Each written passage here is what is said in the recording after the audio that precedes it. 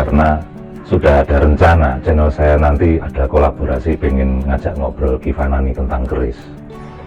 Jadi yang pernah saya baca bahwa pusaka terutama keris itu tidak pernah lepas dari eksistensi para pria Jawa. Jadi misalkan ada tiga peristiwa yang orang itu wajib datang jika dialami oleh kerabatnya, semisal kelahiran, pernikahan, kematian. Maka jika seseorang itu tidak bisa datang pada salah satu peristiwa itu, tapi dia mengirim utusannya sambil membawa kerisnya, maka secara moral orang itu dianggap datang. Begitu dekatnya keris dalam kehidupan pria Jawa.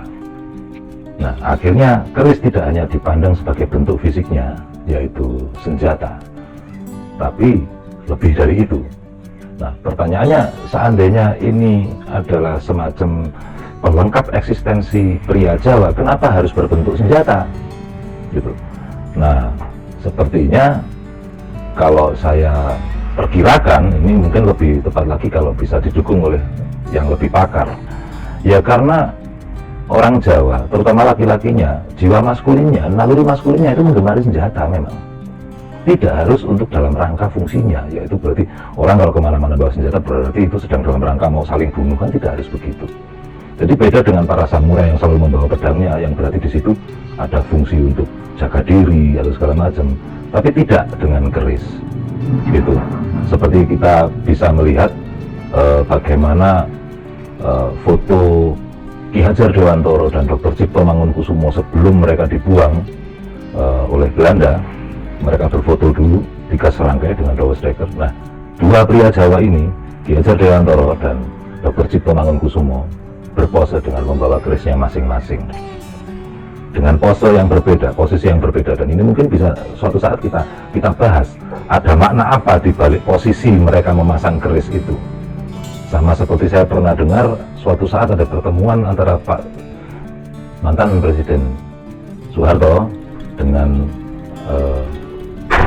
Sri Sultan Hamengkubuwono ke-9, dan cara memasang keris Sri Sultan itu sebenarnya seperti simbol pembangkangan. Nah, jadi seperti itulah kira-kira bagaimana orang Jawa itu memang tidak selalu verbal dalam menyampaikan sesuatu. Simbol selalu dimunculkan, disampaikan, yang diyakini bahwa berarti yang menghadapinya juga memahami simbol itu. Pembahasan tentang keris atau pusaka, atau secara umum kita sampaikan tosan aji, memang ada banyak kisah. Di antaranya fungsi keris dari masa ke masa. Kalau saat ini mungkin seorang pria yang akan melaksanakan satu pernikahan, kemudian dalam situasi tertentu dia ada tugas, akan tetapi ternyata sang pria ini tidak memiliki senjata yang namanya keris. Nah, ini memang salah satu kisah yang atau fungsi keris yang berbeda-beda dari masa ke masa.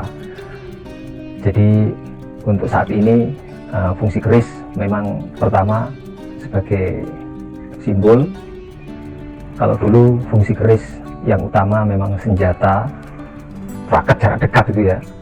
Jadi dengan adanya